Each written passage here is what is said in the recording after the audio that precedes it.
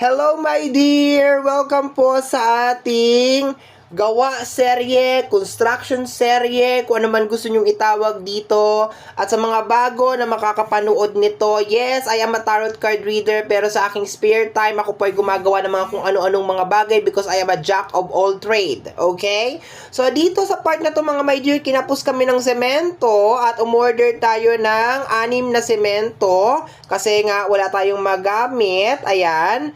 And ito ang kasama ko dito once again is si kusina ni George. Siya ang kasama ko sa mga ganitong mga ka-anek-nekan at mga ka-activity kasi siya lang naman ang merong tibay at lakas ng loob na gumawa ng mga ganitong mga bagay-bagay at siya din ang meron enough experience combined with my experience. It's a complete package, 'di ba? Para gumawa ng isang masterpiece or isang obra, 'di ba, na nakakamangha at nakakatuwa, nakakataba ng puso. No, we are perfect team, 'di ba? Actually, meron pa kaming mga ibang mga friendship kaso iba yung kanilang mga fields, 'di ba? So, kami lang talaga yung nagkakasundo sa mga ganitong mga bagay-bagay. Sa mga hindi pa nakapanood ng part 1, ilalagay ko po ang link sa ating description. Lahat po ng link nitong ginagawa natin ay ilalagay ko po sa ating description box down below para ma-update ka.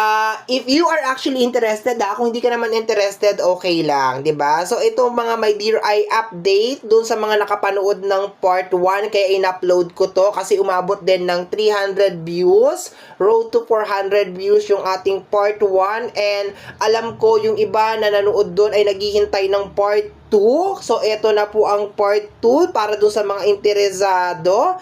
So, nandito na kami sa kalahati nung aming part 1. Of course, same process pa rin tayo. Halo tayo ng semento.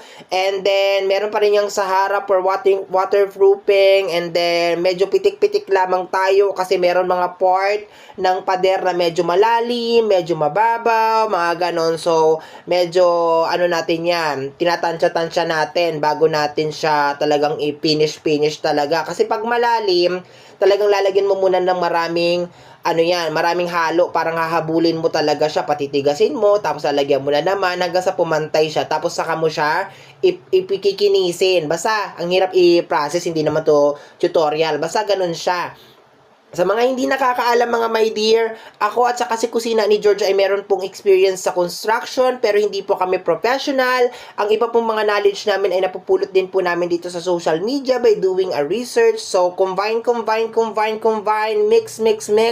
Eto na nga, nakakagawa na kami ng obra. Sa mga hindi din nakakaalam, ito pong ginagawa namin is 4 years na po namin tong ginagawa, dahan-dahan. Ayan, sa mga hindi po nakapanood ng part 1, pero sana puntahan nyo yung part 1 para mas alam nyo po talaga yung buong details ng ginagawa namin. Pero kung medyo tinatamad ka, it's okay. Sasabihin ko na rin dito. So, 4 years na po namin ginagawa to, dahan-dahan. At ito po ay parehas naming pangarap. This is our dreams, no? So, nagdesisyon kami na sa abot na makakaya talaga namin ay hindi kami talaga patitinag sa agos at eksena ng mundo at lahat ay gagawin talaga namin para matupad ang aming pangarap, 'di ba? Sobrang ganda nung ganun na energy at sana ganun ka rin.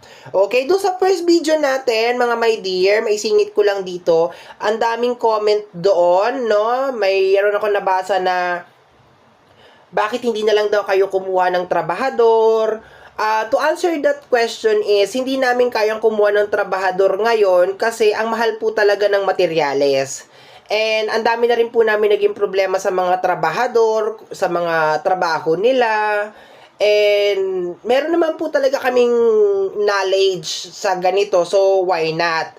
Second po, parang pinaka-workout na rin po namin to para pagpawisan po kami. Kasi normally, nagbabayad kami ng gym, membership, and then, gumaganda naman ang katawan namin dun. Pero pinaka-main purpose naman po kasi talaga ng pagpunta sa gym or pagpo-workout is yung mag-burn ka ng fats, yung pagpawisan ka. And dito po sa ginagawa namin na to ay nag-burn na po talaga kami ng fats and then halos lahat talaga ng parts ng aming katawan ay gumagalaw talaga dito. So, yun ang pinaka-reason namin doon. Hindi na ako magpapaliwanag ng bonggang-bongga. Sana na-gets nyo na yung ibig kong sabihin. Okay?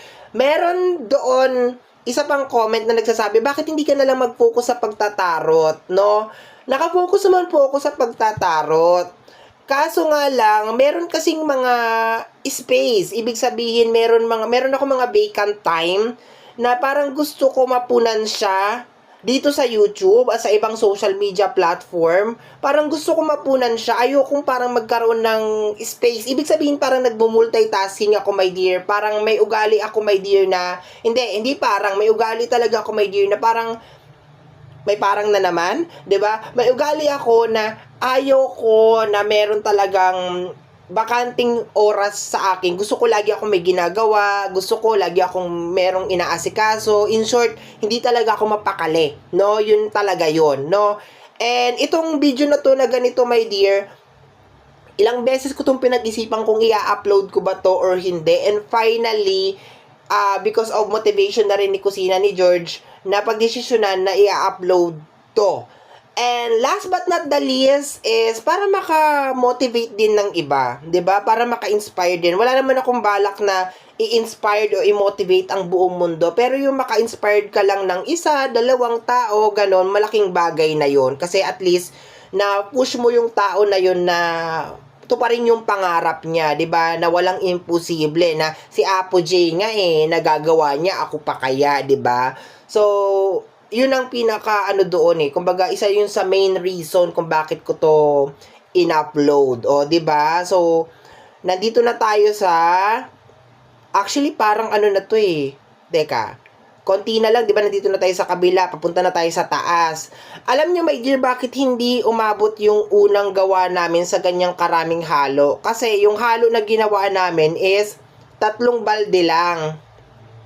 3 balde lang, tapos saka namin naisip na, teka, parang masyado yatang matapang yung halo natin, dapat 4. Maliit lang kasi yung balde. Kung malaki yung balde, kagaya ng balde ng pintura, yon okay lang siguro yung 3.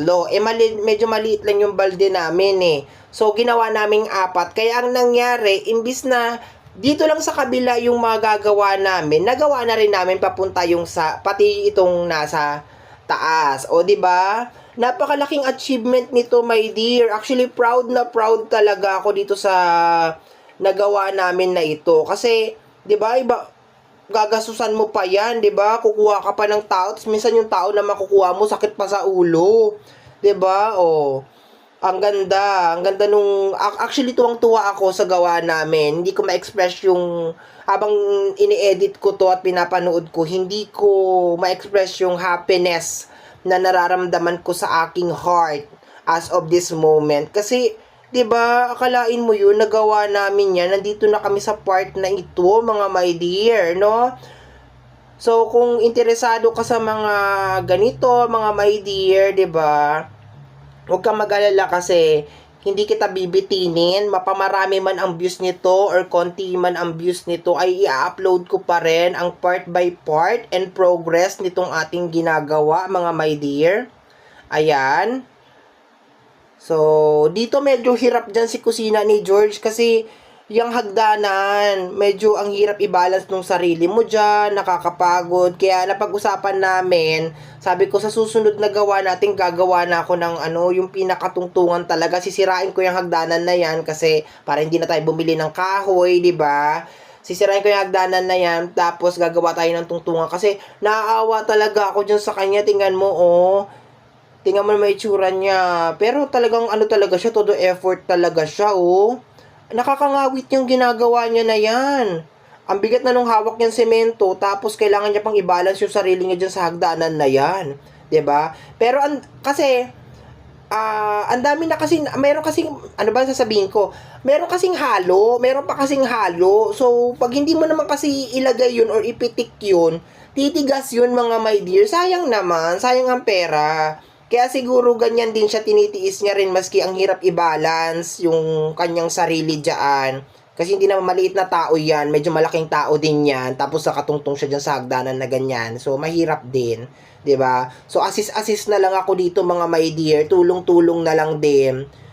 'Di ba? Tulong-tulong na rin. Pero sabi ko talaga sa kanya, sabi ko sa susunod na gawa natin, kasi every time na meron lang naman kaming free time namin ginagawa ito, mga my dear. Sabi ko sa susunod na gawa natin, gagawa na talaga ako ng tungtungan para hindi ka na nahihirapan. So, eto na mga my dear, malapit na matapos tong bidyong to. Maraming salamat po sa lahat ng nanood. Update ko na lang po kayo sa mga next na kaganapan sa ating gawa serye, bahay serye, construction serye. Mag-iingat po kayo palagi. Stay positive and motivated. Bye-bye!